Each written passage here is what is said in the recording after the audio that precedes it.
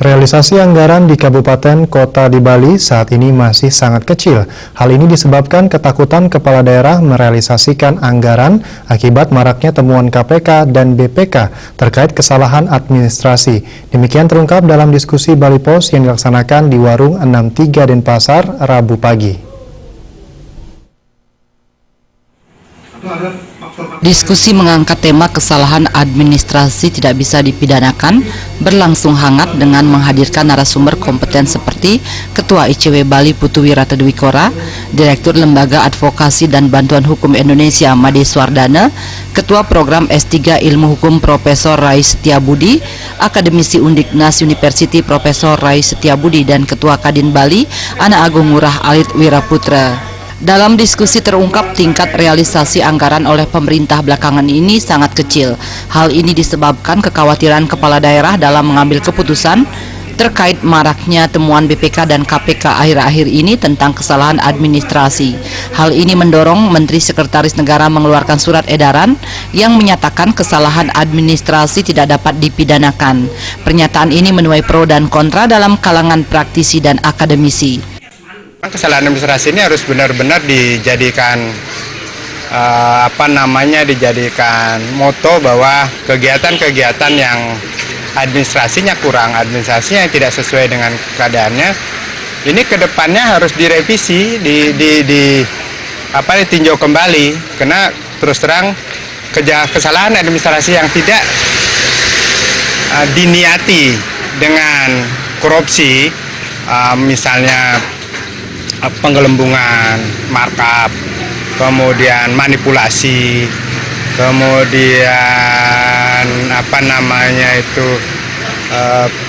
tidak sesuai dengan anggaran, atau lagi ada suap dan sebagainya. Itu saya pikir kebijakan yang perlu disikapi dengan baik.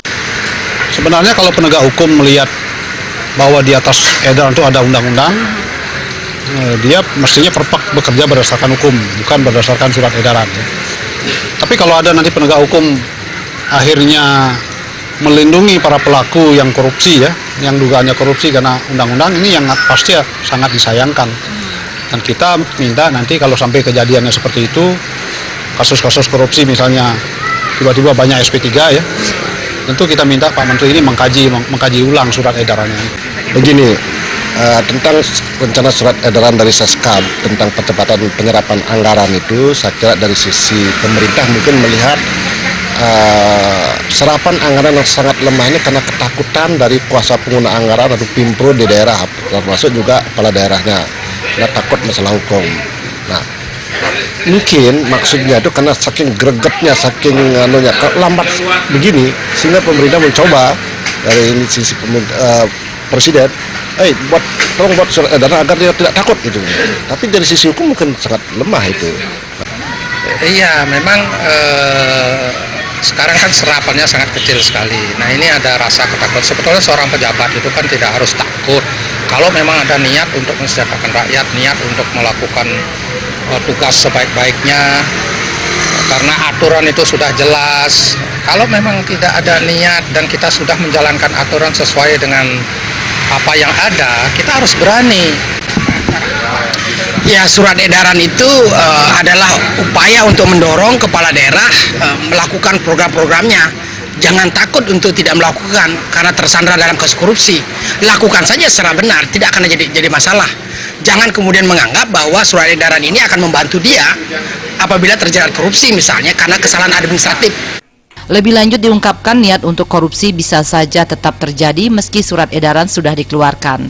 Bahkan korupsi bisa semakin menjadi karena adanya kesengajaan untuk melakukan kesalahan administrasi. Surat edaran bukanlah hal yang utama, melainkan di atas surat edaran masih berlaku undang-undang yang harus dipatuhi. Pradnya Paramita dan Ngurahwira, Bali TV.